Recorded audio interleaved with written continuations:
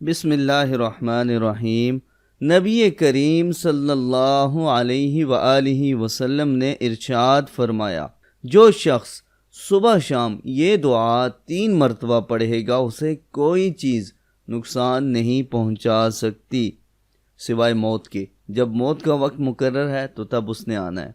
رسول کریم صلی اللہ علیہ وآلہ وسلم نے فرمایا، جو بھی شخص روزانہ صبح و شام کو یہ دعا 3 مرتبہ پڑھے گا تو اسے کوئی بھی چیز نقصان نہیں پہنچائے گی۔ یہ دعا کیا ہے؟ پڑھنے کا اہتمام کیجیے۔ فجر کی نماز کے بعد اور مغرب کی نماز کے بعد کے اذکار میں اسے لازماً شامل کر لیجیے۔ میرے ساتھ پڑھیں، بسم اللہ الذی لا یضر مع اسمہ شیء فی الارض ولا فی السماء وہو السمیع العلیم۔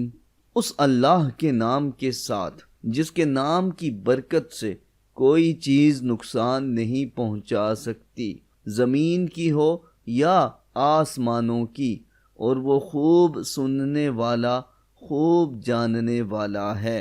یہ دعا وہ دعا ہے جسے پڑھ کر حضرت خالد ابن ولید رضی اللہ تعالی عنہ نے خطرناک زہر پی لی تھی لیکن انہیں کچھ بھی نہیں ہوا تھا۔